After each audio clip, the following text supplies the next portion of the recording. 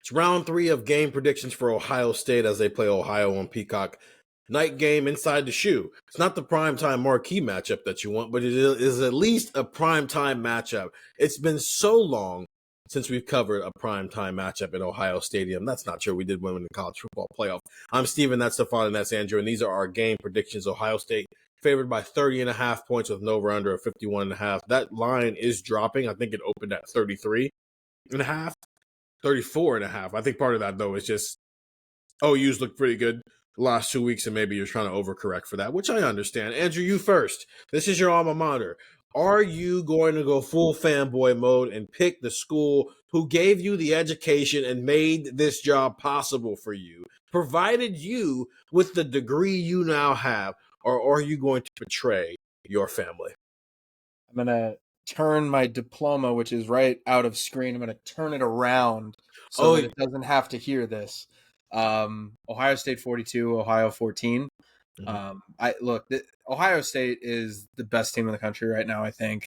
They beat the number one team in the country, and that rose them to number one, no matter what. Would you vote that way if you voted in the AP poll?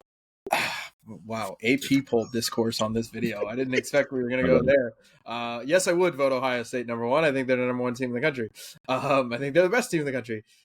Look, I think Ohio is going to present some, oh, wow, look at that play. Or, wow, look at Ohio. They held Ohio State to a field goal here. Or maybe they get a third down stop or something like that, right? And, you go, wait a minute. And I think there might be some people who, scout the helmet and they see a MAC school.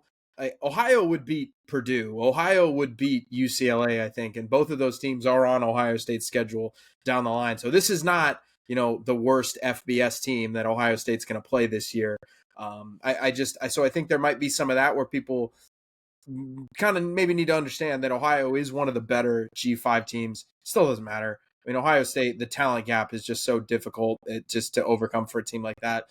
I don't think Ohio's secondary is very good. I don't think it's very good in the league that they play in. I don't think it's going to be a dominant secondary in the MAC. I don't think it's a dominant secondary when you compare it to Rutgers, because Ethan Kaliakmanis was able to spin it a little bit against them, and he doesn't spin it against many people that in college football like that. West Virginia and their quarterback situation was just a mess. They had a bunch going on there offensively. So I don't know if you can read too much into their defense there.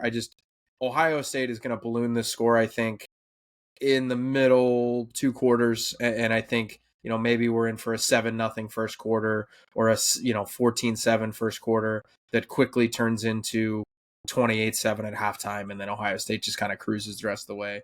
But I do think OU covers. I do think OU covers the 30.5.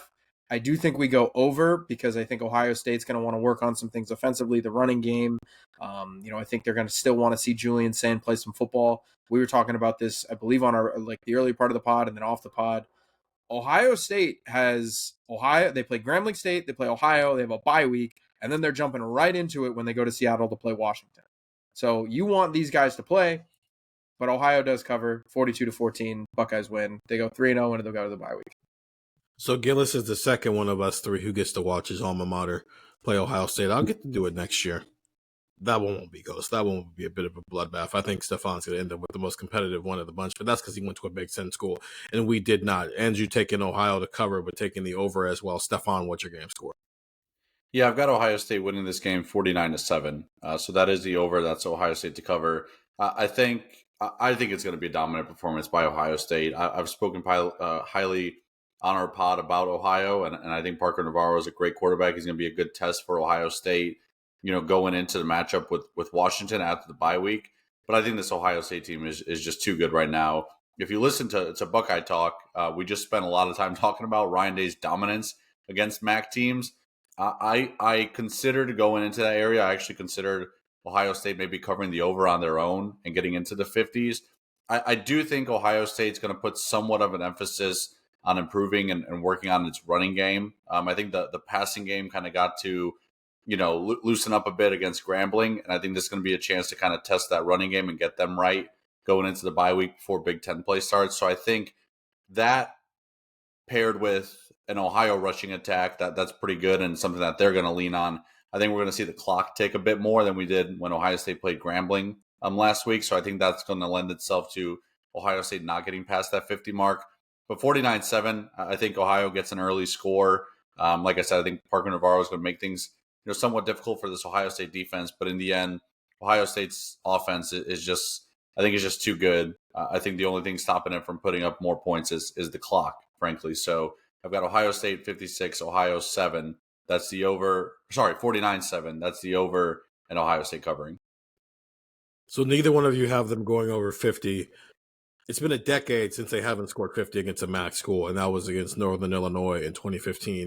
When Urban Meyer was still the head coach, and they only scored 20 points and won that game 20-13. And that season, man, what a weird year for a team that was the reigning national champions. The only other time since the Urban Meyer era started that they have not scored at least 50 was in 2013 when Khalil Mack and Buffalo came to Ohio Stadium in 2013 and lost 40-20.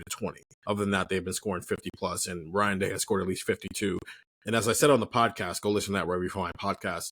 Ryan Day is averaging 64 points against MAC teams in his 5 previous attempts at going at this with a win margin of 56.2. So outscoring 64-7.8 against the MAC. I don't think that's going to change this year. Yes, it's new clock rules, but we've seen Ohio State against a MAC team in these new clock rules. They scored 52 and 56 last year against Akron and Western Michigan. I think this team is better. So it just means that Ohio might score a little bit more. I think you see something similar to what you've seen in the last couple of times that Day has faced the MAC score. Maybe the ones get scored on. Maybe you see a little bit of something early.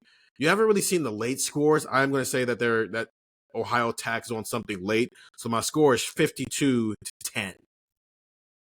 Ohio gets 1 touchdown on the board and then a random field goal at some point in this game. But other than that, I just think Ryan Day, as I said on the podcast, Ryan Day hates the MAC.